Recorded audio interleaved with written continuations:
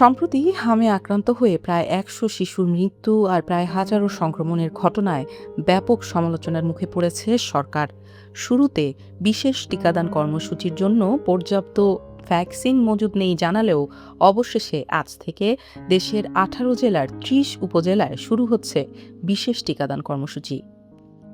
স্বাস্থ্যমন্ত্রী জানান, প্রথম ধাপে ৬ মাস থেকে ৫৯ মাস বয়সী শিশুরাই কেবল হামের এই বিশেষ টিকাদান কর্মসূচির আওতায় থাকছে।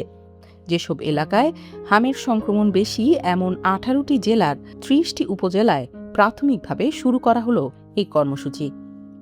টিকার আওতাভুক্ত উপজেলাগুলো হল বরগুনা সদর, পাবনা সদর, ঈশ্বরদী, আটঘরিয়া, বেড়া, চাঁদপুর সদর, হাইমচর, কক্সবাজারের মহেশখালী ও রামু, গাজীপুর সদর, চাঁপাইনবাবগঞ্জ সদর, শিবগঞ্জ, ভোলাহাট, নেত্রকোনার আটপাড়া, ময়মনসিংহ সদর, ত্রিশাল, তারাকান্দা, রাজশাহীর গোদাগাড়ী, বরিশালের মেহেন্দিগঞ্জ ও বাকেরগঞ্জ, নওগাঁর পোরশা, যশোর সদর, নাটোর সদর, মুন্সিগঞ্জ সদর, লৌহজং, শ্রীনগর, মাদারীপুর সদর, ঢাকার নবাবগঞ্জ, ঝালকাঠির নলছিটি এবং শরীয়তপুরের জাজিরা।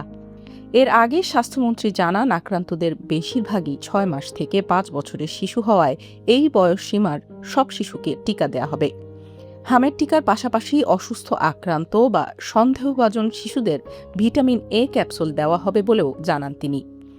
এদিকে হাম পরিস্থিতি নিয়ে আতঙ্কিত না হওয়ার আহ্বান জানিয়েছেন স্বাস্থ্য কর্মকর্তারা। ২০২৫ সালের টিকাদান কার্যক্রমে গাফিলতির বিষয়ে প্রশ্ন করলে মন্ত্রী জানান, অতীতের তদন্ত করে শাস্তি দেওয়ার আগে শিশুদের বাঁচাতে হবে। তিনি বলেন, অতীতে কেন টিকা দেয়া হয়নি তা নিয়ে এখনই ঘাটাঘাটি করার সময় না, বরং এখন পরিস্থিতি সামাল দেওয়াটাই বেশি জরুরি।